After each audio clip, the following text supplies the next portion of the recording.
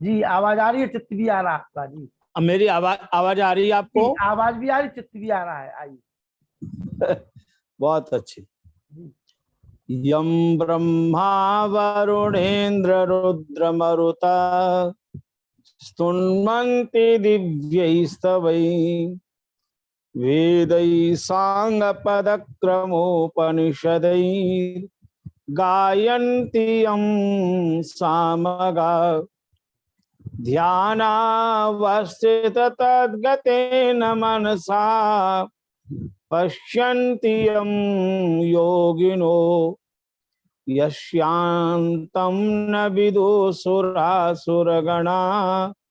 देवाय तस्मै नमः। यस्यान्तं न विदुसुरासुरगणा देवाय तस्मै नमः। आज हम सब श्रद्धा भक्ति के साथ उपनिषद की दिव्य ज्ञान माला और इसमें अध्यात्म की इस पावन गंगा में अवगाहन करने के लिए यहाँ समुपस्थित हैं। यह कार्यक्रम आयुष्मान मेहरोनी के तत्वावधान में समायोजित हो रहा है। इस समाज के संस्थापक महोदय सम्माननीय पुरुषोत्तम लाल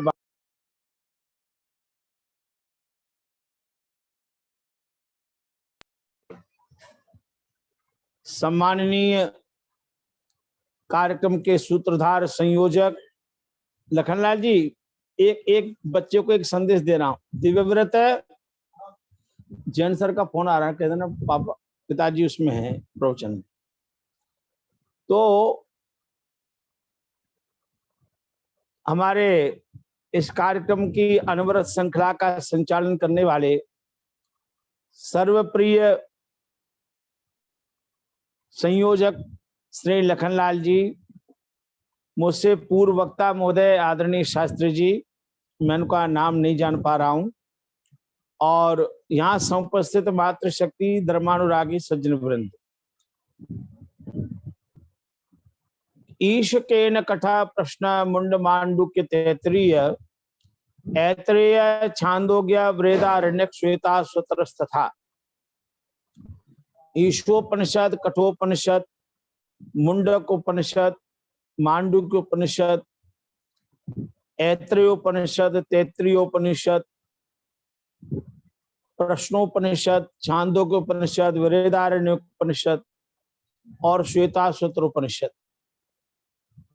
इन 11 उपनिषदों को आदि शंकराचार्य जी से लेकर के महर्षि देवदयानंद सरस्वती महाराज ने प्रामाणिकता के साथ स्वीकार किया है। चारों वेदों की भिन्न भिन्न उपनिषद हैं, और जब उपनिषदों के अध्यात्म प्रतिष्ठा के रूप में हम उनके साहित्य का दिग्दर्शन करते हैं, तो सर्वप्रथम हमारे मन में एक जिज्ञासा का भाव समुत्पन्न होता है कि उपनिषद शब्द का शाब्दिक भाव क्या है। इसमें 2 उपसर्ग हैं, एक उप और दूसरा नि, और सदरी गतौ धातु से ये उपनिषद शब्द सिद्ध होता है। तो उप का अर्थ है उपसामीप्येन, नि नितराम, सीदंती प्राप्नुवन्ति परम ब्रह्म यया विदेया सा उपनिषद। गुरु के सामीप्य में श्रद्धा भाव के साथ निरंतर जब शिष्य बैठता है, अपनी शंकाओं का समाधान करता है, अपनी जिज्ञासा का निवर्तन करता है, आध्यात्मिक प्रेरणाओं को प्राप्त करता है, अध्यात्म गंगा में अवगाहन करता है, ऐसी ब्रह्म विद्या वह उपनिषद कहलाती है। और ऐसी ब्रह्म विद्या की प्रतिष्ठा विश्व के साहित्य में है। भारतीय वाङ्मय में भारतीय जनमानस के साथ अध्यात्म विद्या में अनुराग रखने वाले विश्व के विभिन्न देशों के अध्यात्म विद्या के महान पिपासु साधकों के बीच में सर्वाधिक यदि किसी को मान्यता प्राप्त हुई तो वह अध्यात्म विद्या के महान प्रधान ग्रंथ उपनिषद है। उपनिषदों को गणना विश्व साहित्य के अंतर्गत होती है। इसलिए उपनिषदों के जब एक ऐतिहासिक स्वरूप पर जब हम चिंतन करते हैं, उस पर दृष्टिपात करते हैं, तो हमें थोड़े से उसके ऐतिहासिक बिंदु का दर्शन हम करें। मुगल साम्राज्य के समय शाहजहां के ज्येष्ठ पुत्र औरंगजेब के भाई दारा शिकोह ने काशी के विद्वानों से 6 मास तक उपनिषदों का अध्ययन किया, व्याख्या सुनी और अध्यात्म विद्या में अवगाहन करने वाले दारा शिकोह ने 1656 में 1656 ईस्वी में उपनिषदों का फारसी भाषा में अनुवाद किया।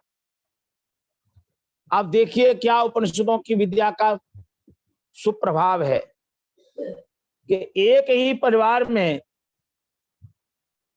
शाहजहां का पुत्र औरंगजेब है, जिसने भारतीय वैदिक सनातन धर्म को खंड खंड करने का काम भारत में किया, मंदिरों को विध्वंस किया और हिंदुओं के प्रति अन्याय और अत्याचार की चरम सीमा तक गया। भारतीय साहित्य, भारतीय संस्कृति को खंडित करने का कार्य किया और वहीं उसके छोटे भाई दारा शिकोह जो उपनिषदों को पढ़ता है तो उसमें मानवीय सिद्धांतों का, मानवता की भावना का अभ्युदय होता है और वो अध्यात्म विद्या में इतना रंग जाता है। भारतीय अध्यात्म विद्या के उपनिषदों को पढ़ करके उसका मन, उसका हृदय, उसकी बुद्धि, उसका आत्मचिंतन का भाव इतना बदल गया कि उसने उपनिषदों का फारसी भाषा में अनुवाद किया और उसके जीवन में प्रेम, उसके जीवन में श्रद्धा, उसके जीवन में भक्ति, उसके जीवन में वैराग्य, उसके जीवन में विश्व बंधुत्व की भावना, उसके जीवन में मानवता की भावना का विस्तार हुआ। यह उपनिषदों के पढ़ने का एक प्रबल प्रभाव हमें साहित्य में दिखाई देता है। माताओं सज्जनों, इन्हीं उपनिषदों का फ्रेंच भाषा के विद्वान एनोक ड्यूपेरो के संबंध में वर्णन आता है कि उसने उपनिषदों का को फारसी और संस्कृत में पढ़ करके 1775 में से उसने अध्ययन किया और 1801 में लैटिन भाषा में इनका अनुवाद किया। उसके बाद राजा राम मोहन राय ने 1816 से लेकर 1819 तक उपनिषदों पर अपना कार्य किया। इसी क्रम में ई रोअर नाम के विद्वान ने 1848 से लेकर 1874 तक उपनिषदों पर कार्य किया। एक संयोग देखिए, ई रोअर जिसमें उपनिषदों पर कार्य कर रहे थे 1848 में, उसी समय 1848 में मूल शंकर से शुद्ध चैतन्य ब्रह्मचारी बने स्वामी दयानंद सरस्वती संन्यास लेकर के भारतीय जनमानस में स्वामी दयानंद नाम से प्रसिद्धि को की ओर बढ़ रहे थे। अभी नाम लिया था, संन्यास की दीक्षा ग्रहण की थी। और इसी कालखंड को देखें तो संस्कृत के विद्वान मैक्स मुलर ने 1879 से लेकर 1884 तक उपनिषदों का अंग्रेजी में अनुवाद किया और professor Max Muller Swami Dayanand ji के प्रति भी बहुत भक्ति भाव रखते थे। इसी संबंध में और जो विवरण प्राप्त होते हैं उनमें जर्मनी के एक विद्वान एम मिशेल का नाम आता है, जिन्होंने 1882 में उपनिषदों पर अध्ययन किया और अपना अनुसंधान कार्य किया। उसी क्रम में वो बेहट लिंक नाम के एक विद्वान हैं, उन्होंने 1889 में उपनिषदों पर अपना चिंतन मनन स्वाध्याय किया। और जब इसी धारा को हम देखते हैं तो पॉल ड्यूसन नाम के विद्वान ने 1897 में उपनिषदों का जर्मन में अनुवाद किया। अब यह भारत की अध्यात्म विद्या अंग्रेजी और लैटिन भाषा के माध्यम से विदेशों की धरती पर पहुंची। जर्मन में अनुवाद होने से जर्मनी तक उपनिषदों का प्रचार प्रसार हुआ और इस उपनिषदों की विद्या को जब विदेशी लोगों ने पढ़ा तो उपनिषदों के इस अध्यात्म विद्या को पढ़ करके वो भारत के प्रति नतमस्तक हो गए। भारतीय ऋषि मुनियों की इस दिव्य ज्ञान परंपरा को पढ़ करके भारत भूमि के प्रति दर्शन करने के लिए लालायित हो गए। और इसी क्रम में जब हम देखते हैं तो प्रोफेसर मैक्स मुलर ने एक बात उपनिषदों को पढ़ने के बाद कही थी कि उपनिषदों में मुझे मानवीय भावना अपने उच्चतम शिखर पर पहुंचकर मुझे उसका दर्शन होता है। और इसी संबंध में एक शोपेनहावर नाम के दार्शनिक विद्वान ने कहा था, संसार में ऐसा कोई स्वाध्याय नहीं है जो उपनिषदों के समान उपयोगी और उन्नति को ले जाने वाला हो। और एक दिन यह उपनिषदों का अध्यात्म ज्ञान समस्त मानवता का मान धर्म होगा। और इसी अंग्रेज एक पादरी मिस्टर होम उपनिषदों का अध्ययन करने के बाद कहते हैं कि जिन्होंने उपनिषद की रचना की है इनसे बढ़कर न कोई विद्वान हुआ है और न भविष्य में होगा। उपनिषदों की अंदर जो चिंतन मनन, बुद्धि का परम वैभव, बुद्धि का परम चमत्कार, बुद्धि की उत्कृष्टतम ऊंचाइयां उपनिषदों में हमें पढ़ने को प्राप्त होती है। और इसी संबंध में विश्व कवि रविन्द्रनाथ ठाकुर ने उपनिषदों का जब अध्ययन किया तो रविन्द्रनाथ ठाकुर कहते हैं, भारत का यह ब्रह्म ज्ञान समस्त पृथ्वी का धर्म बनने लगा है। इतनी बड़ी श्रद्धा और भावना उनके अंदर जगी और उन्होंने उपनिषदों की इतनी अध्यात्म विद्या की भूरी भूरी प्रशंसा की।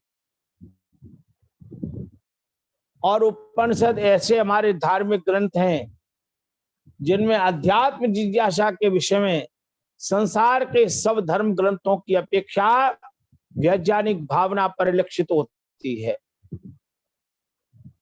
और उपनिषदों पर जिन विद्वानों ने पिछले समयों में भिन्न भिन्न कालखंडों में जिन्होंने काम किया, राजगोपालाचार्य, पंडित तुलसीराम, पंडित राजाराम, पंडित भीमसेन शर्मा,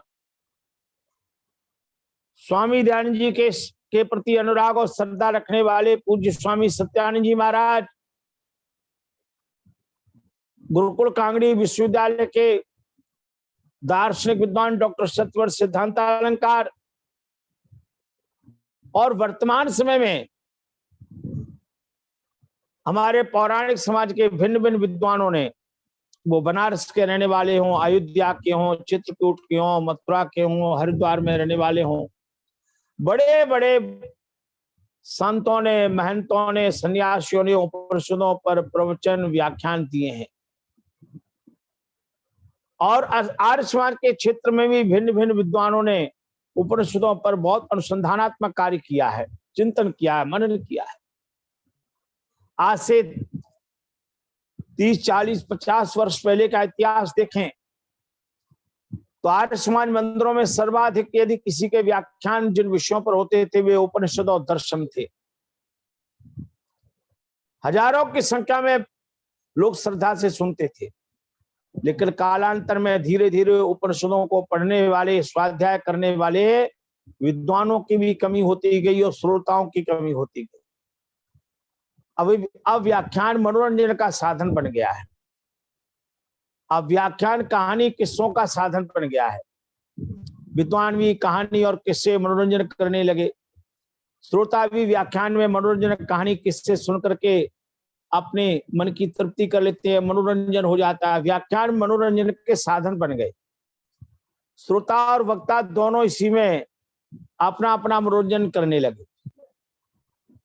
लेकिन जिनकी अध्यात्म में रुचि है, जो अध्यात्म को पढ़ते हैं, वे लोग मनोरंजन से बहुत दूर होते हैं और वे उपनिषदों का स्वाध्याय करते हैं। यहाँ जितने लोग आज यहाँ बैठे हैं, श्रवण कर रहे हैं, उनसे मेरी प्रार्थना है आपके पास उपनिषद घरों में होने चाहिए।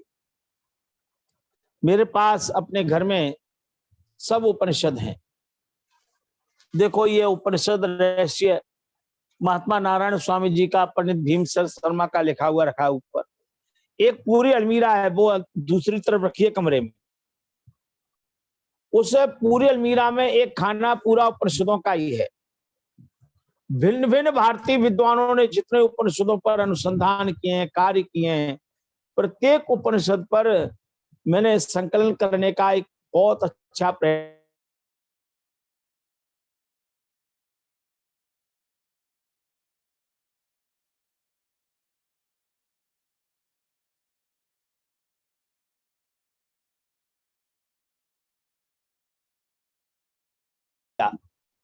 पढ़ा, स्वाध्याय किया, चिंतन मनन किया। मेरी आपसे प्रार्थना, यदि आपके अध्यात्म में रुचि है तो आप उपनिषदों का अध्ययन कीजिए, उपनिषदों का साहित्य अपने घर में रखिए, उनको स्वयं पढ़िए, आप आनंद विभोर हो जाएंगे। और जिस उपनिषद की आज मैं चर्चा करने वाला हूं, श्वेताश्वतर उपनिषद 11वीं उपनिषद है। ये श्वेताश्वतर उपनिषद ऋषि ध्यान जी महाराज को इतनी प्रिय थी कि स्वामी ध्यान जी महाराज ने अपने ग्रंथों में जिस उपनिषद के सर्वाधिक प्रमाण दिए हैं, वह उपनिषद श्वेताश्वतर उपनिषद है। और उसके इतना सुंदर उपनिषदों की भिन्न भिन्न श्लोकों की इतनी सुंदर महाराज ने अपने ग्रंथों में प्रस्तुति की है कि उसको आप जब पढ़ेंगे तो आपका मन भाव विभोर हो जाएगा। अब आइए इस 11वीं उपनिषद श्वेताश्वतर उपनिषद पर। इस उपनिषद पर आप बहुत व्याख्यान सुन चुके हैं। मुझसे पूर्व वक्ता जो बोल रहे थे वे भी इस उपनिषद की चर्चा कर रहे थे। वो यजुर्वेद का 40वां अध्याय है। केन उपनिषद पर भी पहले चर्चा हुई है।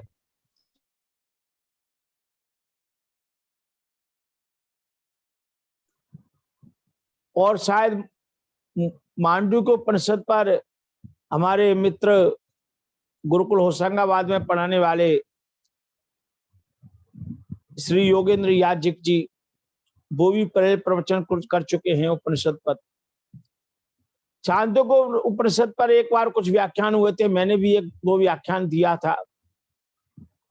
लेकिन मैं श्वेताश्वतर उपनिषद पर शायद लखनलाल जी आपके कार्यक्रम में अभी तक व्याख्यान नहीं हुआ है।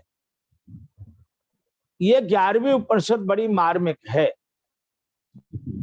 इसका नाम श्वेताश्वतर उपनिषद क्यों है? श्वेत शब्द का अर्थ है सात्विक, निर्मल, निष्पाप, सफेद। और अश्वपद का अर्थ होता है विद्युत, प्रकाश, राष्ट्र, मन, घोड़ा आदि विभिन्न अर्थ अश्व शब्द के हैं। आशु गच्छति इति अश्वः, तो श्वेत प्लस अश्वतर, इसका श्वेताश्वतर ये पद बना। तो इसका अर्थ हुआ विद्युत विद्या पारंगत कोई व्यक्ति है, या प्रकाश विद्या पारंगत है, या उत्तम राष्ट्र वाला है, या उत्तम मन वाला कोई व्यक्ति है, या उत्तम यान निर्माता आदि है, ऐसे भिन्न भिन्न अर्थ इसके होंगे। श्वेताश्वतर उपनिषद का प्राचीन महत्व क्या है? जब इस विषय पर हम चिंतन करते हैं, मनन करते हैं, इसके स्वरूप को देखते हैं, तो इस उपनिषद की गणना कृष्ण यजुर्वेद की 33 शाखा के अंतर्गत होती है। और कहा जाता है महर्षि वैशंपायन के शिष्य परंपरा में श्वेताश्वतर नाम के एक महर्षि हुए थे। उन्होंने इस श्वेताश्वतर नामक वेद की शाखा की प्रवर्तना की थी। महर्षि श्वेताश्वतर के सब अनुयायी श्वेताश्वतर नाम से ही संसार में प्रसिद्ध हुए। इस उपनिषद को श्वेताश्वतराणाम मंत्रोपनिषद भी कहते हैं। इसमें वेद मंत्रों का पूर्ण प्रयोग है, अर्ध प्रयोग है, वाक्यांश है और वेद मंत्रों के अर्थवाद की प्रधानता यहाँ परिलक्षित होती है। इस उपनिषद में 6 अध्याय है। इसमें अध्यात्म ज्ञान विज्ञान का प्रभास सरल, सरस, सहज एवं सुबोध रूप से हमें प्राप्त होता है। आज इसके एक विषय को लेकर हम चिंतन करेंगे। इसके प्रथम अध्याय के 11वां श्लोक के अंदर महर्षि श्वेताश्वतर एक विषय उपस्थित करते हैं कि हम ईश्वर का दर्शन करना चाहते हैं, ईश्वर की प्रार्थना करना चाहते हैं, ईश्वर की उपासना करना चाहते हैं, ईश्वर की भक्ति के गीत गाते हैं, संध्या करते हैं, यज्ञ करते हैं, आध्यात्मिक भावना रखते हैं, तो ईश्वर के बोध का जीव को क्या क्या फल प्राप्त होता है। जो भक्त भगवान की आराधना करता है तो उस भक्त को भगवान की उपासना करने का, भगवान के ध्यान करने का क्या क्या फल प्राप्त होता है, उसका एक बहुत सुंदर निरूपण महर्षि श्वेताश्वतर ने प्रथम अध्याय के 11वें श्लोक में किया है। ज्ञात्वा देवं सर्व पापापहानि क्षीणै क्लेशै जन्म मृत्युपहानि तस्या विद्यानात् तृतीयं देय वेदे सर्वं ऐश्वर्यं केवलम आप्त कामः। क्या कह रहे हैं महर्षि श्वेताश्वतर? ज्ञात्वा देवम, भगवान को जानकर, ज्ञात्वा अर्थात ज्ञात्वा जानकर, देवम उस देव परमात्मा को जानकर। भगवान का एक नाम देव है, कितना प्यारा नाम है, दिव्यता से। तुम्हारे दिव्य दर्शन की मैं इच्छा लेके आया हूँ, तुम्हारे दिव्य दर्शन की मैं इच्छा लेके आया हूँ। पिला दो प्रेम का अमृत पिपासा लेके आया हूँ, प्रेम का अमृत पिपासा लेके आया हूँ।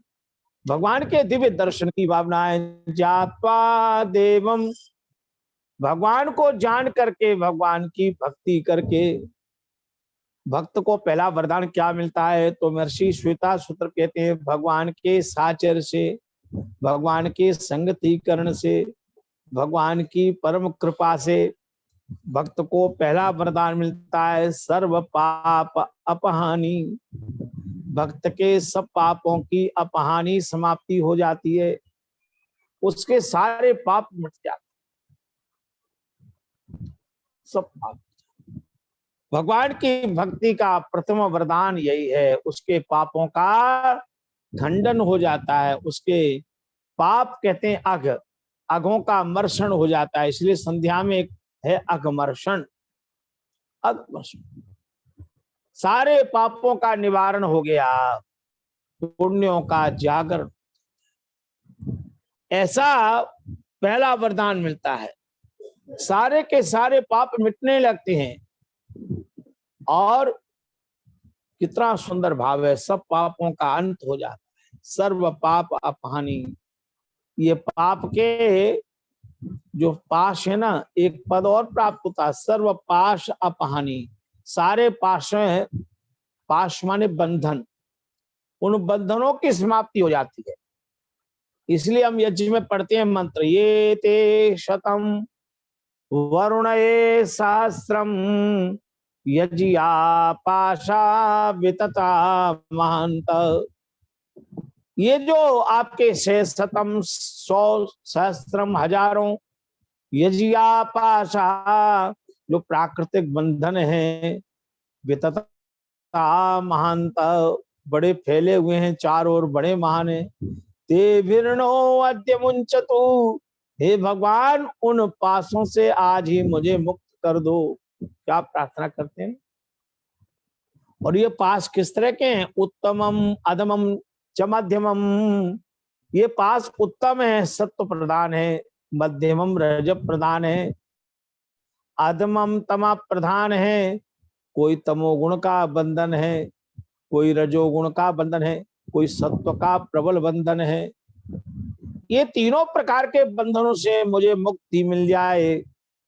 इसलिए क्या सुंदर भाव, मिथ्या भाषण, चोरी, धोखा, नीच कर्म, बुरे विचार, कुसंस्कार, ये सब पाप हैं, है ना। तेरे पूजन को भगवान बना मन मंदिर आलीशान। ये मन मंदिर आलीशान बने तो कोई फिर मन में पाप नहीं रहे। ये मन में कब पाप आ जाता है, कैसे पाप आ जाता है, हम समझ ही नहीं पाते, है ना।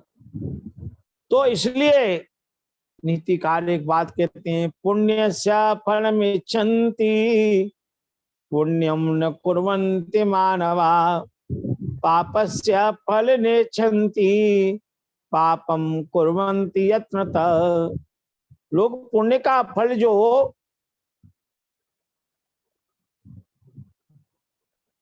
श्रेष्ठता है, पवित्रता है, पुण्य है, धर्म है, वो प्राप्त करना चाहते हैं, लेकिन पुण्यार्चन करना नहीं चाहते। पुण्य का फल तो चाहते हैं, पुण्य का फल हमें मिले, लेकिन पुण्य करना न पड़े। और पापस्य फल नेच्छन्ति, पाप का फल जो दुख है वो कोई नहीं चाहता कि हमें पाप का फल दुख मिले। पापम कुर्वन्ति यत्नतः, मनुष्य पापाचरण बड़े प्रयत्न से करता है। एक छोटी सी कथा है समझने के लिए, कथानक का स्वरूप है। एक बार एक डाकू जंगल के रास्ते से मार्ग जाता था, वहां अपने साथियों के साथ छिप करके जो भी राहगीर वहां से निकलता था उसे लूट लेता था, उसके धन को छीन लेता था, उनके साथ मारपीट करता था। एक बार वह डाकुओं का सरदार अपने साथियों के साथ जंगल से जा रहा था, वहां एक महात्मा का आश्रम था। अब महात्मा जी यही श्लोक कह रहे थे। क्या कह रहे थे? महात्मा जी कह रहे थे कि व्यक्ति पुण्यस्य फलमिच्छन्ति पुण्यम न कुर्वन्ति मानवा। मनुष्य पुण्य का फल तो चाहता है, सुख, लेकिन पुण्य करना नहीं चाहता। पापस्य फलम नेच्छन्ति पापम कुर्वन्ति यत्नतः। मनुष्य पाप का फल दुख नहीं चाहता है, लेकिन पाप करना चाहता है। डाकुओं के सरदार ने सुना, अरे मैं तो पाप करने में लगा हुआ हूँ, दूसरों को मारता हूँ, पीटता हूँ। तो वो अपना घोड़ा लेकर के महात्मा के आश्रम में गया और उसने जाकर के महात्मा जी की चरण वंदना की। कहा, महात्मा जी आज तक मैंने पाप ही किए, अब मैं पुण्य करना चाहता हूँ।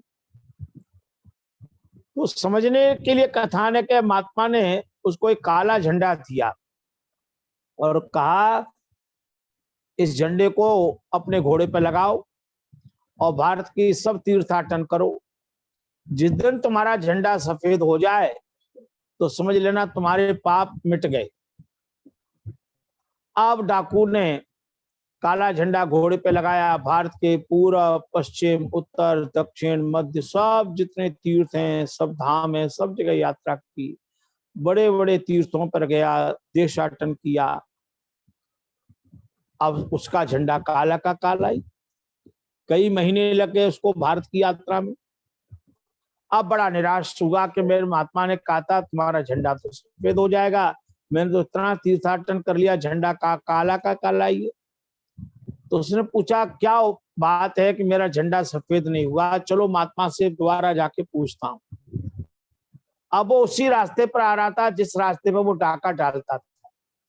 आज उसके जो साथी थे वो वही काम कर रहे थे, डाका डालने का। एक रागीर पति पत्नी जा रहे थे, उनको छीन रहे थे सामान, उनको मारपीट कर रहे थे। इसने जब ये दृश्य देखा तो इतनी तीर्थाटन करने से इसके मन में पुण्य का उदय हो गया, सात्विकता का उदय हो गया, मन निर्मल हो गया था। इसने अपने साथियों को ललकारा। अब अपने सरदार को देख करके उसके साथी भाग गए, सब धन छोड़ गए। सरदार अपने घोड़े से उतरा और उसने वो धन और सब आभूषण वस्त्र आदि लिए और रागीर पति पत्नी को हाथ जोड़ करके कहा, भाई बहन आपका ये धन है ना, आप लो। तो उन्होंने उसको देख करके कहा, भाई आप तो कोई देवता हो। अब इस सरदार की आंखों में आंसू आ गए। उसको आज पहली बार किसी ने देवता कहा था, आज तक तो सब उसको डाकू ही कहते थे। उसने कहा भाई मैं देवता नहीं हूं। बोले आप देवता नहीं है तो कैसे? इस देवता ही तो एक काम करते हैं। एक वे राक्षस थे जो छीन रहे थे, मारपीट कर रहे थे, आप आगे आपने बचा लिया, हमारे प्राणों की रक्षा की, हमारा धन वापस कर दिया, ये तो देवता काम करते हैं, आपने देवताओं के ही तो काम किया है। तो उसकी आंखों में और आंसू आ गए। तो उन्होंने पूछा तुम रोते क्यों हो? तो उसने कहा तुम नहीं जानते, मैं इन का सरदार था डाकू, मैं भी पहले यही काम करता था, लेकिन एक महात्मा की कृपा से मैं तीर्थाटन पर गया। आज मैंने जीवन में पहली बार ऐसा अच्छा काम किया अपने हाथों से। आज तक मैं छीनता था, मारता था, पीटता था, आज मैंने पहली बार किसी को बचाने का काम किया। आज मैंने अपने हाथों से किसी को धन छीन करके उसको वापस देने का काम किया। आज मुझे लग रहा है मैंने अपने हाथों से पुण्य कमाया, छोटा सा पुण्य, इसलिए आंखों में आंसू आ रहे हैं। लेकिन भाई लखनलाल जी, जब वह सरदार अपने घोड़े पर जाके बैठा तो उसने क्या देखा, उसका झंडा तो सफेद हो गया। अब उसे बड़ा आश्चर्य हुआ कि इस घटना के बाद झंडा सफेद क्यों। अब वो अपने गुरु के पास पहुंचा, महात्मा जी के पास आश्रम में, और महात्मा जी से कहा, महात्मा जी इतनी तीर्थयात्रा करने से तो झंडा काला का काला ही रहा, तो इस घटना के बाद ये झंडा सफेद क्यों हो गया? तो माताओं बहनों सज्जनों, तब गुरु ने कितनी अच्छी बात कही कि जिन हाथों से तुमने पाप किया था, जिस मन में के अंदर तुम्हारा पाप भरा हुआ था, पाप का रंग ही काला होता है और पुण्य का रंग सफेद होता है।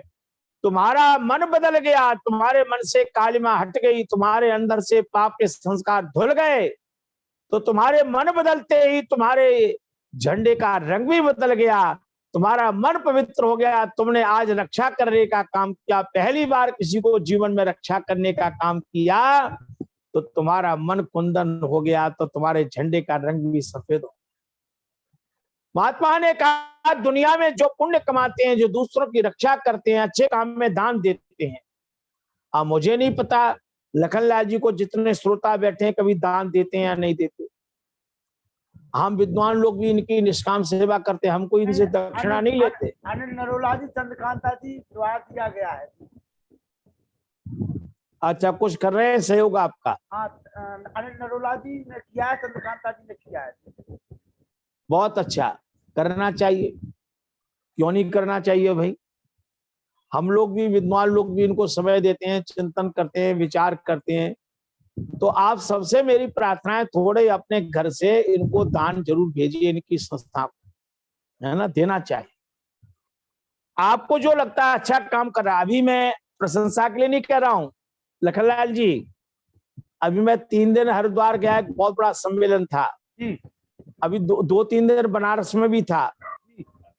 तो वहां एक संत महात्मा एक वेद मंत्र पर मैंने व्याख्यान दिया, तो आपको सुनकर के आश्चर्य होगा। अयोध्या के एक बहुत बड़े संत वहां आए हुए थे, बहुत बड़े संत थे, वो पौराणिक कार्यक्रम था, उसमें उन्होंने मुझे बुलाया था और मैंने वेद मंत्र पर व्याख्यान दिया। तो एक महात्मा मेरे पास आए और आपको सुन के आश्चर्य होगा, उन्होंने मुझे 1 किलो बादाम और 1 किलो काजू लाके दिए। मैंने कहा महात्मा जी आपसे नहीं लूंगा। बोले आचार्य जी बहुत वर्षों बाद मैंने वेद मंत्र की इतनी सुंदर व्याख्या सुनी, आप ये काजू बादाम मेरी ओर से खाएं, विद्वान लोग खाएंगे तो फिर आपकी बुद्धि बढ़ेगी। और मैं आपको सच कहूं, ये काजू बादाम की पोटली ये मेरे पास ही रखी है, ये महात्मा की दी हुई, ये इसमें दिखा रहा हूँ। बिल्कुल ये रखी है मेरे पास। उन लोगों ने वेद मंत्र सुने। और मैंने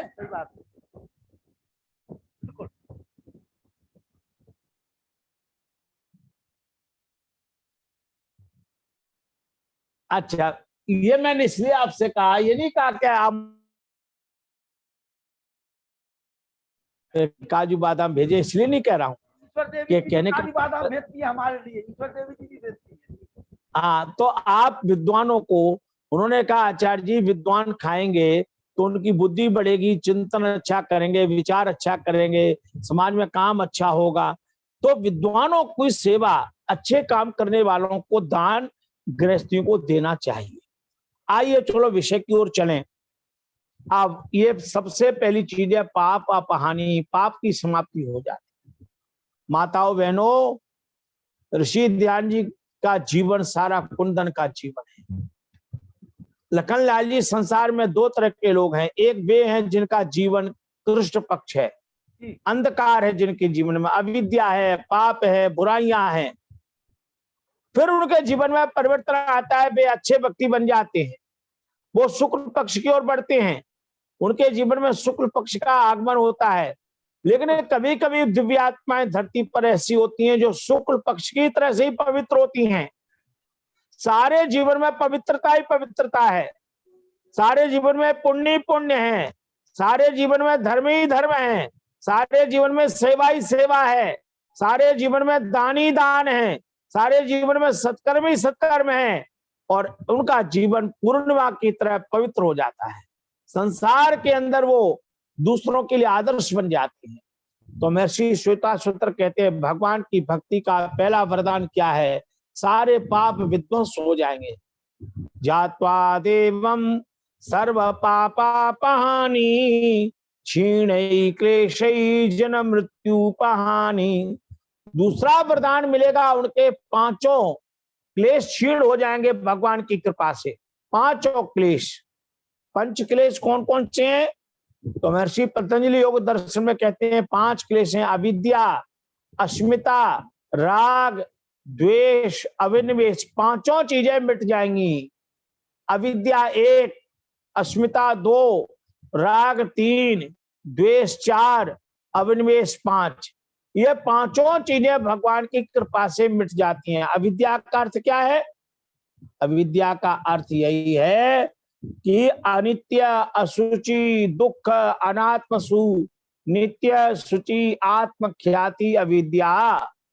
महर्षि पतंजलि कहते हैं कि अनित्य को नित्य समझना, है ना, और अपवित्र को पवित्र समझ लेना, दुख को सुख समझना, अनात्मा देह को आत्मा समझना ही अविद्या कहलाता है। ये 4 चीजें अविद्या है। यह अविद्या मिट जाएगी भगवान की परम कृपा से। और एक है अस्मिता। अस्मिता का अर्थ है दृग् दर्शन शक्तियों एकात्मता एवं अस्मिता। अस्मिता का अर्थ है दृक् शक्ति, दृष्टा आत्मा चेतन तत्व है, और दर्शन शक्ति देखने का साधन है, बुद्धि तत्व जड़ प्राकृतिक पदार्थ अर्थात प्रकृति का कार्य। इन दोनों की एक रूपता जैसी प्रतीति होना अस्मिता कहलाती है। तो अविद्या और अस्मिता में भेद यह है, इस बुद्धि देह को चेतन आत्मा समझना अविद्या है, और मैं शांत हूं, मैं घोर मूढ़ हूं आदि बुद्धि धर्मों को अपने में आरोपित कर लेना, ये अस्मिता कहलाती है। अविद्या कारण है और अस्मिता उसका कार्य है। तीसरी चीज है राग। राग का अर्थ है सुखानुशयी रागः, सुख का अनुसरण करने वाला जो भाव है वो राग कहलाता है।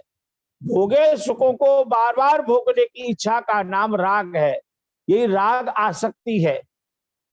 और तीसरी चीज इसी में अगला है द्वेष, चौथा दुख अनुशयी द्वेषः, दुखों का अनुसरण करने वाला भाव द्वेष नामक संजक है। अब इसमें द्वेष होता है और यही क्रोधाग्नि है। और पांचवा अभिनिवेश, स्वरसवाही विदुषो अपि तथा रूढ़ा अभिनिवेशः, अपने संस्कारों के वशीभूत नैसर्गिक रूप से प्रभावित होने वाला मृत्यु का भय। अब मृत्यु का भय सता रहा है कि मैं मर जाऊंगा, है ना। ये विद्वानों और मूर्खों में एक समान रूप से देखा जाता है, ये अभिनिवेश कहलाता है। ये पांचों चीजें मिट जाती हैं भगवान की कृपा से। अविद्या मिट जाएगी, अस्मिता मिट जाएगी, राग मिट जाएगा, द्वेष मिट जाएगा, मृत्यु का भय जो अभिनिवेश है वो मिट जाएगा। अब ये पांच, एक और एक पहला पाप की वृत्ति, 6 वरदान मिल गए। भगवान की भक्ति से 6 वरदान मिल जाते हैं।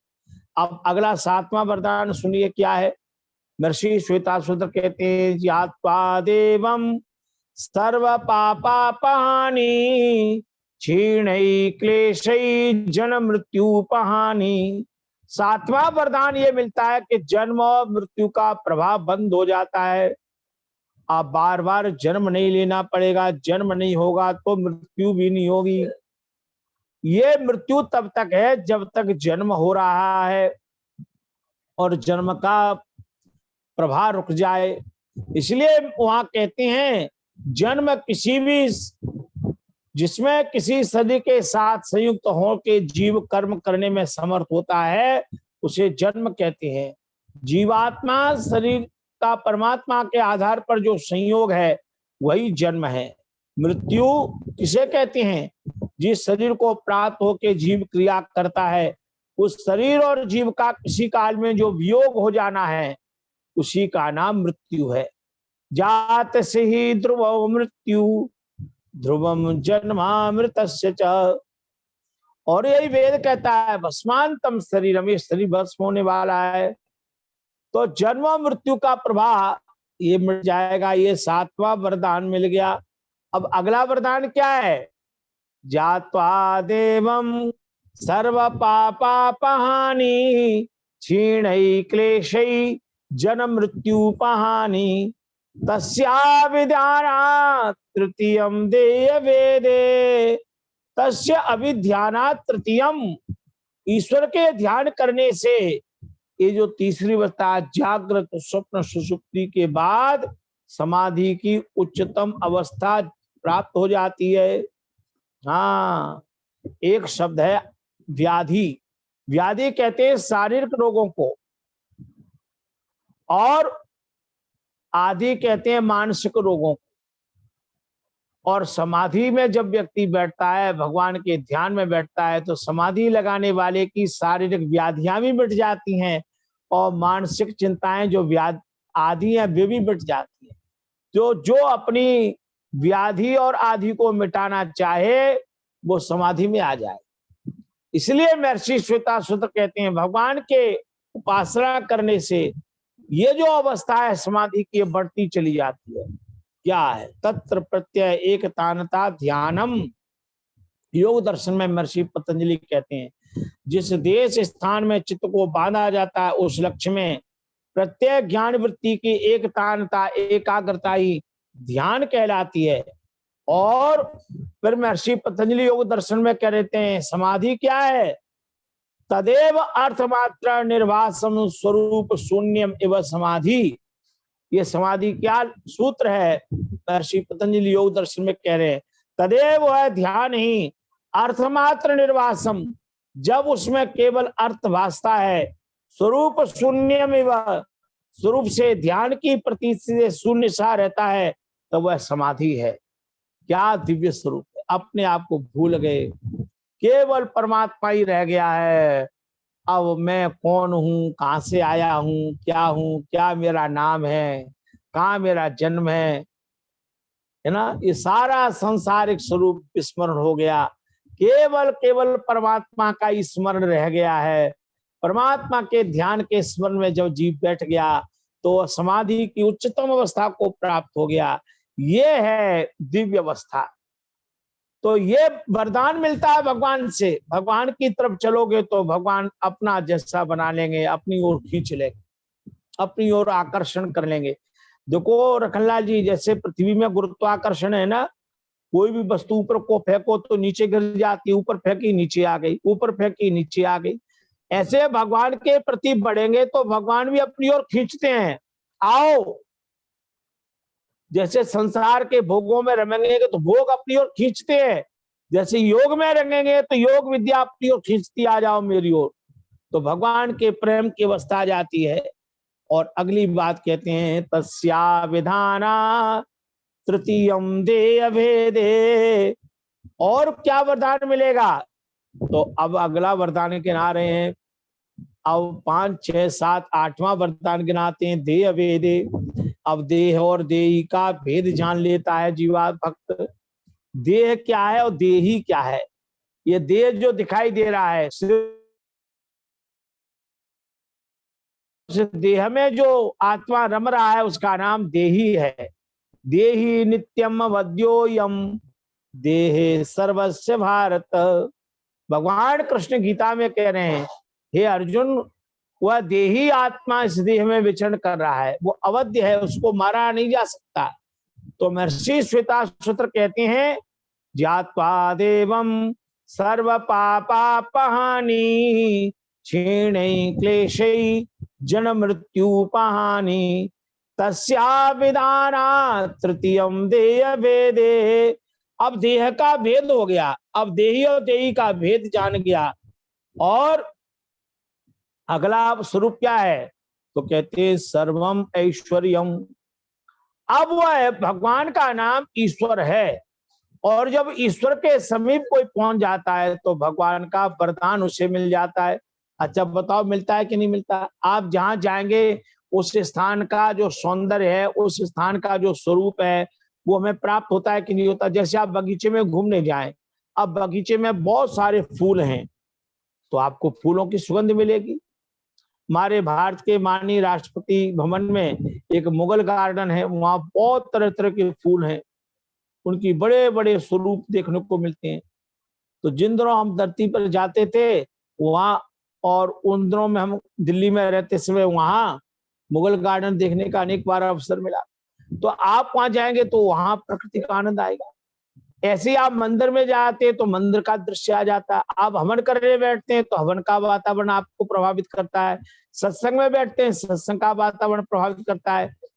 तो आप इसमें, हम लोग सत्संग में बैठते हैं तो सत्संग का भाव हमारे मन में समाहित हो रहा है। ऐसे ही जब आप ईश्वर के सामीप्य में जाएंगे तो ईश्वर का जो ईश्वरत्व है, ईश्वर की जो महिमा है, उस महिमा से भक्त आप प्लावित हो जाता है। उसको दर्शन करके या गदगद हो गया, क्या प्रभु तुम्हारी महिमा है। यत्र देवा अमृतम मानसाना तृतीय धामन अध्ययनत। यही तो हम मंत्र में कहते हैं ना, यत्र देवा, जहां देवलोग, अमृतम मानसाना, अमृत को प्राप्त होकर के, उस भगवान का नाम अमृत है। पिला दो प्रेम का अमृत पिला दो, प्रेम का अमृत। भगवान हमें प्रेम का अमृत पिला दो। क्या बात, क्या भगवान की महिमा का धन्यवाद करता, गुणगान करता, क्या प्रभु तुम्हारी महिमा है। अब मैं आपकी महिमा को समझ गया, अब आपका ऋण मैं कैसे चुका सकता हूं, नहीं चुका सकता। अब भगवान के लिए प्रेम से गाता है, भर जाता है, भक्ति से डूब जाता है और बड़ी मस्ती के साथ कहता है, तूने अदा की मुझे जिंदगानी, मगर तेरी महिमा मैंने न जानी। तूने अदा की मुझे जिंदगानी, मगर तेरी महिमा मैंने न जानी। कर्जदार तेरी दया का हुए तो ना, कर्जा चुकाने के काबिल नहीं हूँ। तेरी मेहरबानी का है बोझ इतना, जिसे मैं उठाने के काबिल नहीं हूँ। मैं आ तो गया हूँ मगर जानता हूँ, मैं तेरे दर पे आने के काबिल नहीं हूँ।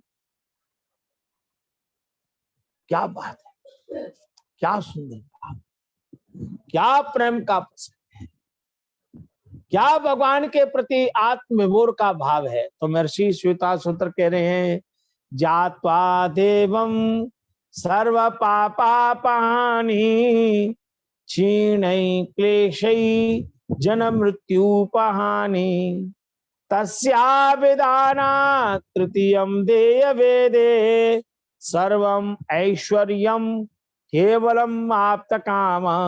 भगवान अपने भक्तों को अपना ऐश्वर्य दे देते हैं। जैसे एक पिता के घर में पुत्र पैदा होता है, अब पिता यदि के पास 5 लाख की संपत्ति है तो वो बच्चा 5 लाख का मालिक बन जाता है। यदि पिता के पास 50 लाख की संपत्ति है तो उसकी संतान 50 लाख की वारिस बन जाती है। और पिता यदि 5 करोड़ की संपत्ति है तो संतान से जन्म लेते ही 5 करोड़ का वारिस बन गया। और पिता के पास 500 करोड़ की संपत्ति है तो वो 500 करोड़ का वारिस बन जाता है। क्या बात है। ऐसे भगवान के भक्त जब ईश्वर की सानिध्य में आ जाते हैं तो सर्वम ऐश्वर्यम, इस धरती पर जितना ऐश्वर्य है, भगवान की धरती पर जितनी महिमा है, उसके वो कृपा पात्र बन जाते हैं और सारे के करोड़ों करोड़ों भक्त उनकी गीत गाते हैं।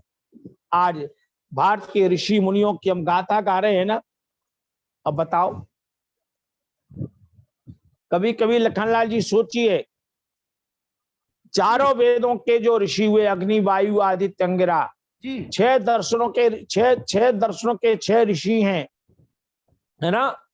और हम ऋषियों की परंपरा को चले तो वशिष्ठ ऋषि से लेके अत्रि ऋषि और याज्ञवल्क्य ऋषि, राजा जनक, और ऋषियों की परंपरा में जैमिनी ऋषि, कपिल ऋषि, कणाद ऋषि, है ना, व्यास ऋषि, पतंजलि ऋषि।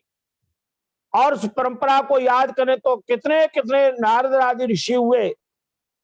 और ऋषियों की परंपरा में महर्षि पिपलाद ऋषि, श्वेताश्वतर ऋषि, वैशंपायन ऋषि, और ऋषि कालखंड में महर्षि दयानंद, ऋषिवर देव ध्यान जी महाराज, जिनको महर्षि कहते हैं। इस भारत भूमि पर कितने ऋषि हुए हैं। आज ऋषियों का हजारों हजारों लोग नाम गाते हैं। इतनी बड़ी सृष्टि में लखनलाल जी विचार कीजिए, करोड़ों लोग पैदा हुए, उनका कोई नाम बोलता है क्या? उनके कोई नाम की गाथा गाता है? उनके नाम को कोई उच्चारण करता है? आज ऋषियों के नाम की जयकारा लगते हैं, उनको उनका चित्र लोग घर में लगाते हैं। आज स्वामी दान का चित्र घर में, आज महर्षि पतंजलि का चित्र है। स्वामी रामदेव जी ने पतंजलि के नाम से हरिद्वार में कितना बड़ा संस्थान खड़ा कर दिया है ना। तो आज ऋषियों को याद किया जाता है, ये उनको ऐश्वर्य मिलता है। आप कल्पना कर लो, मान लीजिए स्वामी दयानंद जी घर नहीं छोड़ते, मूल शंकर के रूप में टंकारा ही बने रहते, तो स्वामी दयानंद जी के पास कितने घर होते? एक घर टंकारा में, और पैसा कमा के 2-4 घर बना लेते, इतना ही करते ना, और क्या करते। आज स्वामी दयानंद जी ने वैराग्य पद पर चले, एक घर छोड़ दिया टंकारा, तो बताओ भारत में कितने हजारों आर्यमान मंदिर हैं, विदेशों में कितने मंदिर हैं, स्वामी दयानंद जी की सब जगह कितनी गाथा गाई जा रही है। इसी का नाम है भगवान का ऐश्वर्य। भगवान अपने भक्तों को ऐश्वर्य देते हैं, उनकी महिमा का वर्णन होता है, ये है। और यह वर्णन यही नहीं है। समय चूंकि ज्यादा हो गए, 9:10 हो चुके हैं जी। अच्छा, मैंने घड़ी देखी नहीं, अगली बात 2-3 मिनट में कह देता हूँ, विषय पूरा हो जाएगा। अगला वरदान क्या है? केवलः। भगवान की भक्ति के अंदर यह वरदान मिल जाता है, वो केवल भाव से अकेला बैठता है। अकेले घर में रहने का अभ्यास करो। कभी कभी हम लोग जितने यहाँ हैं, अधिकांश गृहस्थी हैं, तो गृहस्थी हैं तो क्या करना है, आपके घर में जिस दिन पत्नी कहीं चली जाए, बेटा बहू चले जाए, घर में अकेले हो तो उदास नहीं होना। अपने घर में एक कमरा बनाइए, एक स्थान बनाइए, वहां आसन रखिए, दीपक जलाइए, पुस्तकें सजाइए, बैठ करके गायत्री मंत्र का जप कीजिए, ध्यान कीजिए। और जिस दिन आप ये सोच रहे कि आज कोई भी घर में नहीं है, मैं अकेला हूं, तो उस दिन सोच लो कि आज मैं कम से कम 5 माला गायत्री की करूंगा। संकल्प करो ऐसा, है ना। अब जैसे मैंने संकल्प कर लिया है, मुझे दिसंबर तक 1 लाख गायत्री का जप करना है, तो जब मुझे अवसर मिलता है कि घर में कोई नहीं हो, तो मैं तो 3-4-5 घंटे गायत्री का जप करता रहूंगा। हाँ लखनलाल जी, मैं 5 घंटे लगातार बैठ सकता हूँ गायत्री जप में। ये प्रशंसा नहीं कर रहा, सच्चाई है। नहीं तो मेरे साथ आकर कोई बैठना चाहे बैठ ले, ऐसा अभ्यास करो। इसका नाम है केवलः। भगवान के ध्यान में अकेले बैठने का अभ्यास कीजिए, अकेले में रमण कीजिए, इसी का नाम केवलः, निसंग। और अगला वरदान मिलता आप्त कामः। भगवान की कृपा से अब पूर्ण मनोरथ हो गया, सफल मनोरथ हो गया है, कामना मुक्त हो गए, ऐसी आप्त काम हो जाता है, व्यक्ति पूर्ण काम हो जाता है, फिर भगवान के प्रति समर्पित हो जाता है। प्रभु ये जीवन आपने दिया, मेरे प्राण आपने दिए, ये प्राणों का भाव आपके लिए है, बुद्धि का चिंतन आपके लिए है, मन आपके लिए है, आपने दिया था, आपका मन आपकी भक्ति में लगे, आपके प्राण आपकी महिमा में लगे, आपकी बुद्धि आपके चिंतन में लगे, आपका दी हुई इंद्रियां आपके काम में लग जाए, हाथों से परोपकार करूं, वाणी से मीठा बोलूं, आपने जिस काम के लिए दिया था वही काम करूंगा, अब ये भगवान का काम करने लगता है। तो आओ हम सब लोग अपने शरीर से भगवान के काम करें, भगवान के प्रति आस्था रखें। तो आज उपनिषद का एक स्वरूप मैंने आपके सामने रखा। अब आने वाले 2 दिन में दूसरी उपनिषद को चर्चा में फिर लेंगे, तीसरे दिन तीसरे उपनिषद और भी चर्चा करेंगे अध्यात्म विद्या के। तो इन शब्दों के साथ आप सबका बहुत बहुत हृदय से आभार। और आभार ही नहीं है, उपनिषद अपने घर में रखिए, उपनिषद पढ़िए और उपनिषदों का स्वाध्याय कीजिए, और आज जो कुछ सुना है उसको अपने जीवन में धारण कीजिए। आप भी धारण करें, मैं भी धारण करूं, हम सब मिलकर के अपने जीवन को बनाएं इन शब्दों के साथ। ओम शांति शांति शांति। हमारे मुनि जी को जिसको पढ़ने के लिए चाहिए हो, वो हमारे मुनि जी से ले सकता है उपनिषद।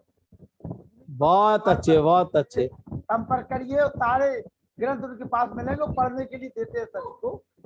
जयपाल सिंह बुंदेला नगर, वहाँ आइए जी। सभी को सादर प्रणाम। नमस्ते जी, नमस्ते जी।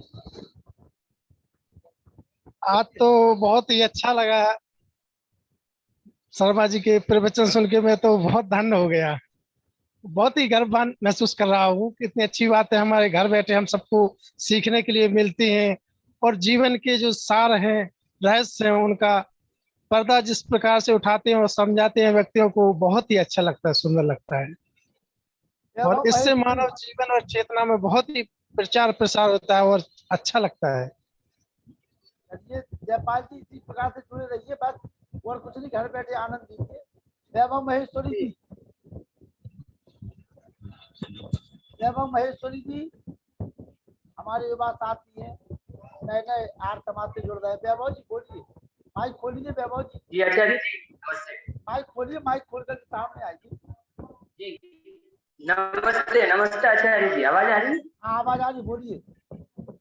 जी नमस्ते। बहुत बहुत बढ़िया लगा आचार्य जी, सुन के बहुत अच्छा लगा। और हम भी यही कोशिश करेंगे कि ज्यादा से ज्यादा ये उपनिषद गंगा, ज्ञान गंगा, इसको ले अपने जीवन में भी उतारे। बिल्कुल बिल्कुल। राम अवतार सिंह जी राजपूत, राम अवतार सिंह राजपूत, हमारे दरौनी के राम अवतार सिंह राजपूत, लालचंद वर्मा जी खुर्जा, लालचंद वर्मा जी खुर्जा। हाँ सर, बहुत अच्छा बहुत दिन हो गए आप प्रोग्राम चल रहा है आपका। बहुत दिन हो गए, वीडियो खोलिए आप, दर्शन नहीं हुए आपके बहुत दिन। ठीक है सर, बहुत बहुत धन्यवाद। बहुत अच्छा प्रोग्राम आप चला रहे हैं पिछले, और ये सबसे बड़ी बात यह है कि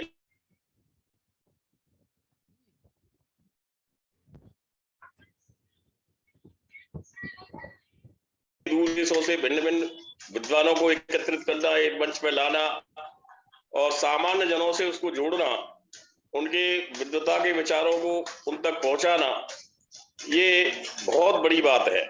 बहुत बहुत धन्यवाद, बहुत बहुत। चलिए बहुत बहुत आभार आपका, इसी प्रकार से जुड़े रहिए। लखनलाल जी सूर्यांश मोठ, लखनलाल जी सूर्यांश जी, लखनलाल जी सूर्यांश जी, राम अवतार सिंह जी दरौनी, लखनलाल सूर्यांश जी मेरी आवाज सुन पा रहे हैं? चलिए लखनलाल सूर्यांश जी,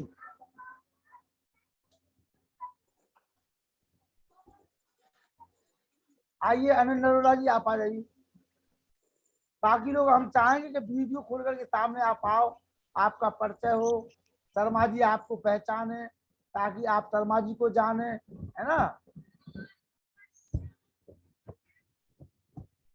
अरे मीटिंग चल रही माँ साहब, मीटिंग आज आचार्य चंद्रशेखर जी ने जिस प्रकार उपनिषदों के बारे में एक ज्ञान गंगा प्रवाहित की है,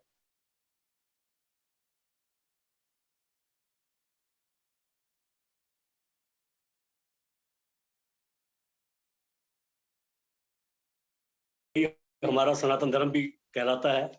और ब्राह्मण के उपनिषदों में ब्राह्मण के रूप में ईश्वर की चर्चा की गई है, और ईश्वर को जो कहा गया कि सच्चित आनंद है।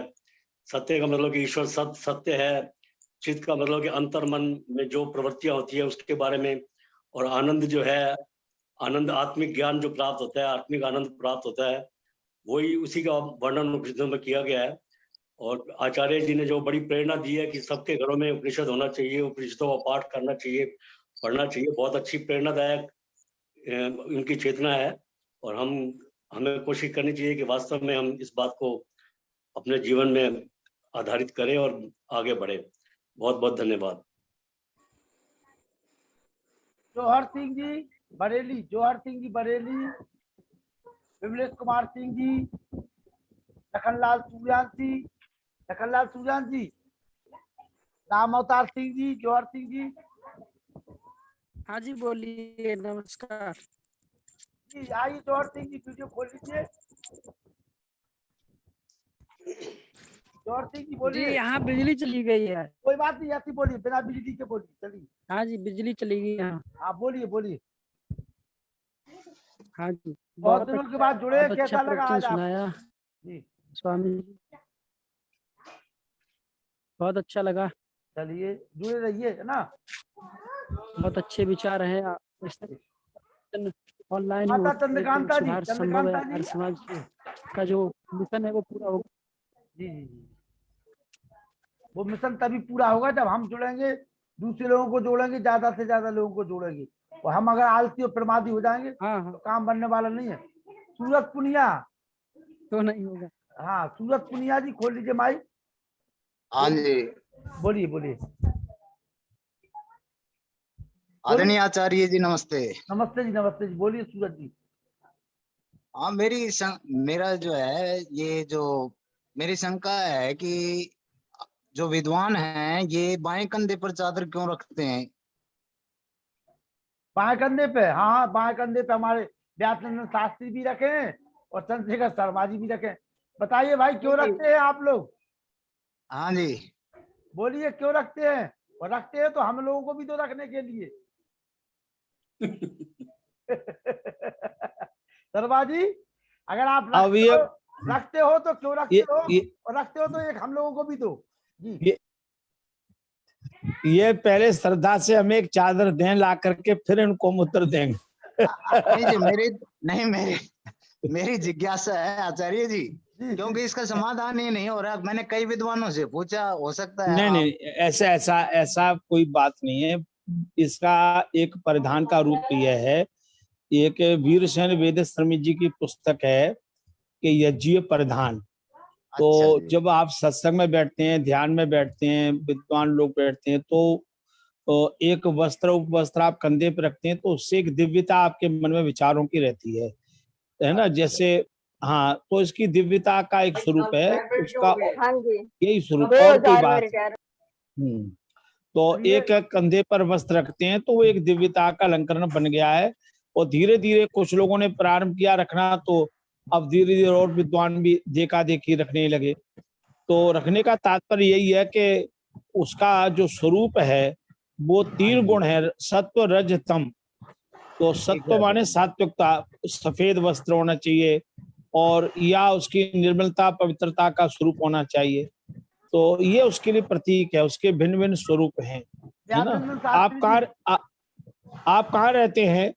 मैं हरियाणा में डिस्ट्रिक्ट सिरसा में।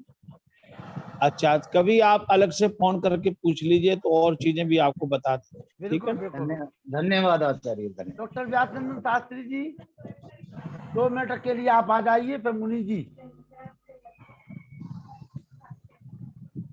नरोला जी तो हो चुके हैं जी। व्यासनंदन शास्त्री जी 2 मिनट के लिए आ जाइए। जी जी। अभी हमारे माननीय प्रोफेसर डॉक्टर चंद्रशेखर शर्मा जी के माध्यम से बहुत ही सुंदर उपनिषद कथा का श्रवण किया। सचमुच उपनिषद के अंदर जो ब्रह्म ज्ञान और उसके लाभ के वर्णन है, उसको माननीय प्रोफेसर साहब ने अपनी उत्कृष्ट ज्ञान माला से सजा करके हम लोग को उपकृत किया है। श्वेता स्वतरोपनिषद की बृहद चर्चा की उन्होंने, और एक श्लोक के माध्यम से जो अंत तक, जो अंतिम, जो ब्रह्म प्राप्ति के पश्चात जो लाभ हैं, उसको भी उन्होंने दिग्दर्शन करा दिया है। उत्कृष्ट व्याख्यान हुआ और बहुत सारे लोग इसमें लाभान्वित हुए। निश्चित प्रकार से हम सब धन्य हैं। और हमारे एक श्रोता जो हरियाणा से, उन्होंने बाईं तरफ चादर रखने का एक प्रश्न कर दिया। मैं तो बाल्यकाल से रखता हूँ वस्त्र, और बहुत लोग दोनों तरफ लटकाते हैं, लेकिन बाईं तरफ मैं इसलिए रखता हूँ कि बाएं भाग में हृदय होता है, और किसी भी तथ्य को हम हृदयंगम होकर श्रवण करें, हमारा हृदय की जो स्पंदन है उसमें केंद्रता हो, और जो वक्ता निश्चित प्रकार से जब बोलते हैं तो उसमें हम अपने आप को जोड़ने का प्रयास करते हैं। और बाएं भाग का हृदय, जो बाईं तरफ हृदय स्थापित होता है, आप देखेंगे तो बाईं तरफ ही हृदय का स्थान है, जहाँ आत्मा परमात्मा विद्यमान है, वहीं पर उसको दर्शन कर पाएंगे। इसलिए उस उपलक्षण को यहाँ पर द्योतित किया गया। उसका लाभ तब मिलेगा जब आप स्वयं इसको धारण करेंगे। और बहुत सुंदर उत्कृष्ट व्याख्यान के लिए आचार्य श्री को बहुत बहुत आभार प्रकट करता हुआ, उपनिषद ज्ञान की प्रेरणा हम सबों को लेनी चाहिए।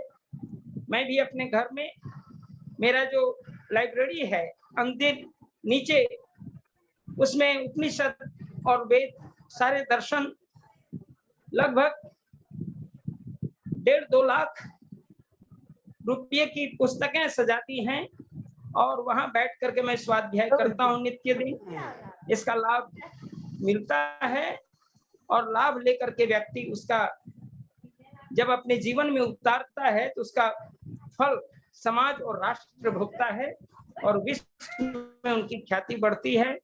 इन्हीं शब्दों के साथ मैं अपनी वाणी को विराम देता हुआ उपनिषद ज्ञान सार जो कल भी हम लोग को सुनने को मिलेगा, इसके लिए हम अग्रिम बधाई अपने वक्ता श्री को दे रहा हूँ, आचार्य श्री को दे रहा हूँ और लखनलाल आर्य जी को बहुत बहुत धन्यवाद है कि उत्कृष्ट वक्ताओं को, उत्कृष्ट ज्ञान साधकों को और सबको जो इस जीवन से लगे हुए हैं वैदिक ज्ञान के प्रसार प्रचार में, उनको आपने एकत्रित किया।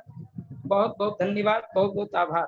ओम शांति। चंद्रशेखर शर्मा जी जो हमारे जयपुर राजस्थान से हैं, इसके पिताजी हाँ नमस्ते सर, नमस्ते लखन जी, नमस्ते। नमस्ते, आइए चंद्रशेखर आचार्य जी को प्रणाम। चंद्रशेखर शास्त्री जी ग्वालियर से। आचार्य जी मुझे सुन रहे हैं तो? हाँ सुन रहे हैं, वो सुन रहे हैं, बोलिए। तो आपका जो अभी व्याख्यान हुआ इसको मैंने कमेंट बॉक्स में लिखा है जी, है ना जी। मैं जल्दी में कुछ शब्द छूट गए होंगे, कोई वाक्य ठीक नहीं रहा होगा जी, तो सुनते सुनते लिखा है, उसको लिख करके कॉपी पेस्ट कर दिया जी। कोई आप कोई हाँ तो कोई और जो आपने जो प्रभु की स्तुति में जो छोटी सी प्रार्थना की थी उसके उर्दू शब्दों को मैंने हिंदी में बदलने का प्रयत्न किया है, जैसे कर्ज को ऋण और कर्ज से छूटने को उरण, ऐसा मैंने प्रयत्न किया है। तो मेरा निवेदन यही रहता सब आर्य विद्वानों से कि हम ज्यादा से ज्यादा संस्कृत या हिंदी शब्दों का प्रयोग करें। थोड़ा सा व्याख्यान देने से पहले आप देख लीजिए कि हम जो ऐसे छोटे छोटी बातें बोलना चाहते हैं उसमें उर्दू या फारसी शब्दों से अब बचें, क्योंकि अनजाने में ये हमारे ऊपर ये भाषा जिहाद लाद दिया गया है और भाषा का बहुत फर्क पड़ता है। जैसे कि अभी आचार्य जी ने कहा कि भाई वातावरण का फर्क पड़ता है। जैसे हम वहां गए, मुगल गार्डन में गए, अब देखो हमारे देश का दुर्भाग्य देखो कि राष्ट्रपति भवन में आज हम स्वतंत्र होने के बाद भी उसका नाम मुगल गार्डन ही है, ठीक है ना। खैर ईश्वर से प्रार्थना है कि वे महर्षि दयानंद जो पूर्ण स्वराज्य की कल्पना करते थे वो साकार हो और हम अपने आर्य और आर्य भाषा और भेष को पहन करके गर्व महसूस करें, बोल करके गर्व महसूस करें। धन्यवाद, आपने मुझे बोलने का अवसर दिया। सबको प्रणाम। धन्यवाद शर्मा जी। अब आ जाएगी दुबे जी, मुनि पुरुषोत्तम वानप्रस्थी जी, हमारे वटवृक्ष, आइए मुनि जी, आइए मुनि जी। आपका उपनिषद चाहिए हमारे जयपाल सिंह बुंदेला जी को, मिदलवा वाले पढ़ेंगे जी। चलिए समय हो चुका है, मैं सभी के लिए साधुवाद अभिवादन करते हुए, और आज का जो हमारा विषय रहा है श्वेता सूत्र उपनिषद, उसके ऊपर सम्मानीय आचार्य चंद्रशेखर शर्मा जी ने बहुत विस्तृत और दूसरी जगह से प्रमाणों को देते हुए योग दर्शन का भी, न्याय दर्शन का भी उन्होंने कहा। दुख जन्म प्रवृत्ति दोष मिथ्या ज्ञान अविद्या अस्मिता राग द्वेषा अनिर्सा पंचक्लेश, यही एक सूत्र और मिलता है न्याय दर्शन का है। दुख जन्म प्रवृत्ति दोष मिथ्या ज्ञान उत्तरोत्तरा पाए तदनंतरा पाया दपमर्हा। यहाँ दुख को अविद्या कहा गया है और यहाँ वो दुख जन प्रवृत्ति दोष मिथ्या ज्ञान कहा गया है। तो दोनों को एक ही गिनाया गया है, दोनों ऋषियों ने अलग अलग व्याख्या की है। तो बहुत अच्छा व्याख्यान आज हमारे सम्मानीय आचार्य जी का, चंद्रशेखर जी का मैं सादर प्रणाम करते हुए आपको, और सभी हमारे नरुला जी, शर्मा जी, हमारी माता जी चंद्रकांता जी, शर्मा जी, नाती पोतों को बुलाइए, और सभी के लिए आभार व्यक्त करते हुए सादर नमस्ते करता हूँ। नाती पोते आ जाए हमारे नाती। और इन बालकों को भी प्रथम नमस्ते। शांति पृथ्वी शांतिराप शांतिरौषधय शांति वनस्पतय शांति विक्षेदेव शांति ब्रह्म शांति सर्व शांति शांतिरेव शांति श्याम शांति रेडी ओम शांति शांति शांति ओम। यो बोले तो अबे पैर धम कीजिए गुरु बल प्रणाम कीजिए महती दयानंद कीजिए महती दयानंद मर्यादा रामचंद्र कीजिए योगेश्वर श्री कृष्ण चंद्र कीजिए संसार के श्रेष्ठ पुरुषों की जय। गौ माता की रक्षा हो पालन हो वेद की ज्योति जलती रहेगी ओम का झंडा ऊंचा रहेगा प्रणाम ध्वनि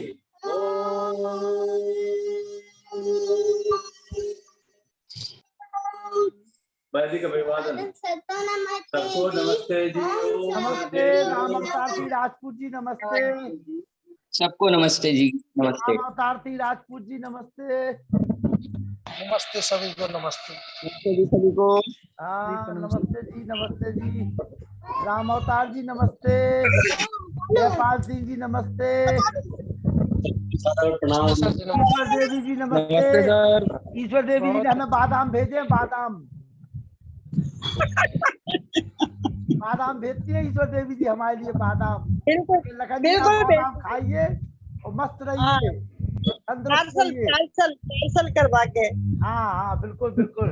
भाई साहब आपको मेहनत ज्यादा करनी पड़ती ना कार्यक्रम को करने में, आपको मेहनत बहुत ज्यादा करनी पड़ती है, इसलिए बादाम आपके लिए सही रहेंगे। हाँ बिल्कुल बिल्कुल। चलिए सभी लोगों के शुभरात्रि नमस्ते जी। कल मिलते हैं जी। अरे इनको तो बगैर बादाम की मेहनत करने में बुद्धि प्रयोग कर रहे हैं जी, मेहनत कर रहे हैं, ऊर्जा मिल रही है। हम लोगों को भेजिए सबको श्रोताओं को, उनके अंदर भी ऊर्जा आ जाए। उनके लिए तो एक एक गमछा मिल रहा कंधे पे डालने के लिए। ये तो बगैर बादाम के इतनी ऊर्जा प्राप्त किए हुए। हमको असली काजू बादाम मिल रहे, असली एनर्जी मिल रही है।